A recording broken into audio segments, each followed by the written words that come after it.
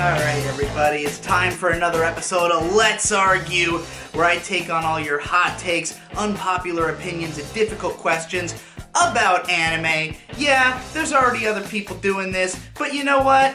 I'm better. Boruto isn't a bad anime. People wanted it to one like Naruto. When the kids need to develop their stories, the kids don't even know what war is yet, and people want them to have all-out wars like Naruto did. I never got far enough in Naruto to see any all-out wars. I watched the first 13 episodes of Boruto, and I mean, it's okay. As far as like slice of life school, ninja school anime goes, it's fine. It's way more lighthearted, way more like kid-friendly, and it just feels like more of a kid's show than Naruto did, at least in the beginning. I understand the characters will grow up and experience, maybe darker, more emotional moments, but like, Naruto is really hardcore right from the start. Naruto is much more violent and fucking intense from a pretty early point. So I think that definitely Boruto feels like it's more aimed at children than Naruto was. It almost feels like it's made for the children of people who grew up with Naruto. Which I don't know if that's worked. I guess it has. Boruto's been around for a while. It seems successful enough. Go Nagai's work, as in the actual manga, are severely overhyped and survive much more on concept and anime adaptability, to which someone responded, agreed, Devilman sucks by current standards and would be a joke of a manga if it was released today. I don't know about all that. Devilman is fucking awesome. I love the Devilman manga. And yeah, a lot of it is like very cliche shonen shit, like battles, but like the artwork at times is unbelievably gorgeous. The apocalyptic ending is one of the most memorable and badass things I've ever seen. And to me, it just kind of represents like the penultimate, why do I keep saying penultimate? The ultimate fucking end of the world anime, manga. Like, it is the if you want to like think of like all of humanity sucks and the world is going to end, no story does a better job of like conveying that narrative than Devilman, and the iconography of it is so incredible. And yeah, I think it's pretty fucking cool. Do I think Go Nagai's stuff is overrated? I don't know if it's that highly rated in the first place. I mean, I think it's more nostalgia driven. Like, it's one of those things where they're just gonna keep making more stories in those universes because it's an IP that is successful, So it's just like bringing back Star Trek over and over again. It's like it's an IP that people are gonna keep coming back to, and he has a lot of them. So yeah, I don't know if it's even necessarily that they are so highly rated as they are just successful. Slice of life isn't a genre, or at least it is a very confused term. It highlights how there is no consistent logic connecting ideas that are considered anime genres, and there are too many overly specific genres that don't say anything tangible about the shows in question. I agree. I was going to make a video one time about how the best slice of life anime is Cowboy Bebop, because there's really no argument for it not being slice of life. It literally is just random vignettes of the daily lives of three people who happen to have fairly exciting lives. But like, I don't think that it has much different to say about its characters than a typical slice of life show does, and I even think that it has a lot of the same tone. The way that each episode sort of starts off with the characters just hanging out in their house and often ends the same way, with just a story happening in between. Yeah, it's too broad of a term to really be helpful.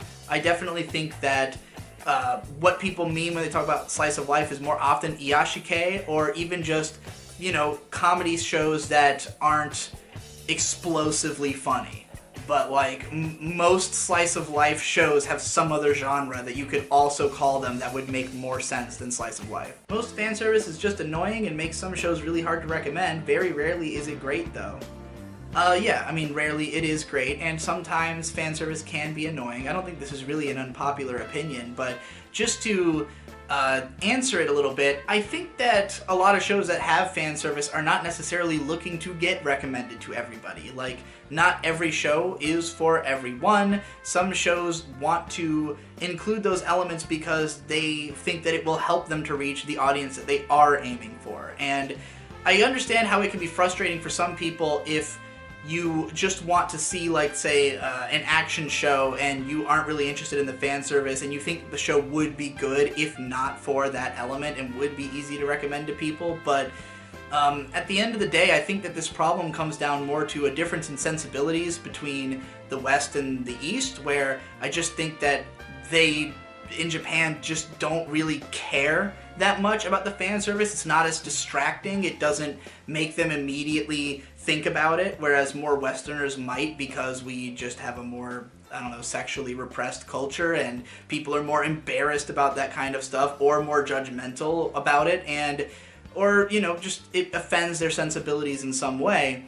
So what it comes down to is, like, you can have fan service in Japanese media and it can still be broadly accessible, whereas it's harder for it to be broad in America because more people are Puritan about sex. But, you know, I think that's really a problem of culture.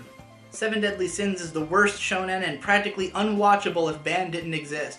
I don't know who Ban is, but it is pretty bad. I think that what I saw of Seven Deadly Sins, it was confusing to me how it seemed to break all the rules of shonen and just get away with it. And I didn't really understand how nobody noticed. I don't know, just because it has cool over-the-top attacks and, you know, a pretty unique art style, but I'm shocked that it's as big as it is. But I mean, then again, so was Fairy Tail, so whatever.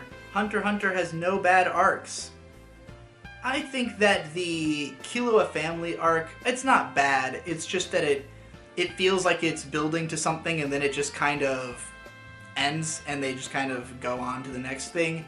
But aside from that, yeah, I don't think there's any bad arcs. Definitely there's difference in quality between them, but none of them are bad.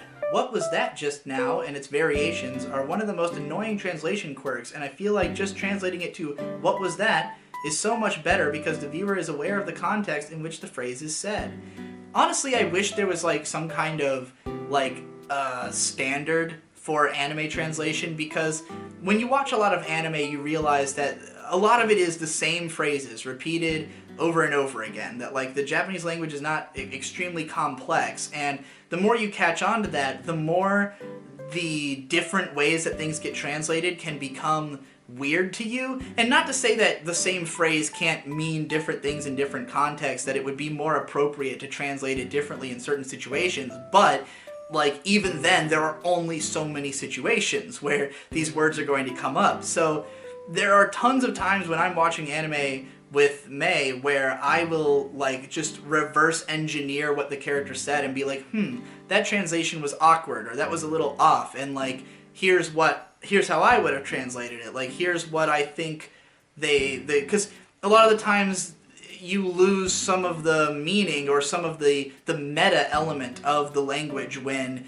you keep translating it differently or more verbosely or just like awkwardly. You know, I agree with that particular example, that What Was That Just Now, which is probably, you know, ima nani, you know, like in Japanese, like ima meaning just now, nani meaning what was that. Yeah, it literally means nothing different from what was that in context. Like, there's no reason to say just now. But, like, I think that, you know, if we were going to try to change that translation, we need to have a standard that we're always using so that people understand that, you know, that they're hearing that same phrase, that there is a consistency in the language that they're hearing. It would also make people able to learn Japanese way more easily. Shaman King is the godfather of spirit animes, and everyone uses their attributes till this day. Even Sasuke Susanoo is literally a Shaman King reference. Wasn't JoJo before Shaman King? Aren't they basically stands? The Skycrawlers is Oshii's best movie and is the most Gesamtkunstwerk thing he's ever made. I love the Skycrawlers. I think it's probably my favorite Oshii film as well. So yeah, I agree. Go watch the Skycrawlers if you like slow, contemplative, difficult movies. Shirobako killed the legitimacy of a lot of anime critics / journalists. Just because you watch the show doesn't mean you know everything about the industry. Same goes for Girlish Number and shows of the same ilk. I don't think that there's a ton of people who literally just watched Shirobako and think they know everything about the industry. I think that it's just that when people talk about the industry, they almost always will cite Shirobako, especially if you're making a video essay, because you have footage of the industry happening. Like, it's so easy to like, I'm talking about some kind of aspect of anime creation. How can I represent this visually in my video? Oh, there's an amazing show that just happens to be about this. Let me just pour that in or use it as my example, because that way people have something to relate these points to. But I don't think there's a ton of people who literally watch Shirobako and think that they are experts on the anime industry now. Alright, that's it for this episode of Let's Argue. You're gonna see this same clip at the end of every episode, because I'm only recording this once before I ship it off to Davu. Follow me on Twitter if you wanna, be a part of the next one. That whenever it goes up, I've recorded like 6 of these in a row, so it'll be a while before I post the next tweet, but that's where you'll be able to react. And also, if you want more Digibro content, there's an endless sea of it in the every video featuring Digibro playlist, because I have a lot of channels that I appear on, and I do all kinds of shit. I'm constantly talking. I never shut my fucking mouth. My voice somehow doesn't go hoarse in spite of hours and hours and hours and hours and hours. Anyway, go watch all that shit. See you.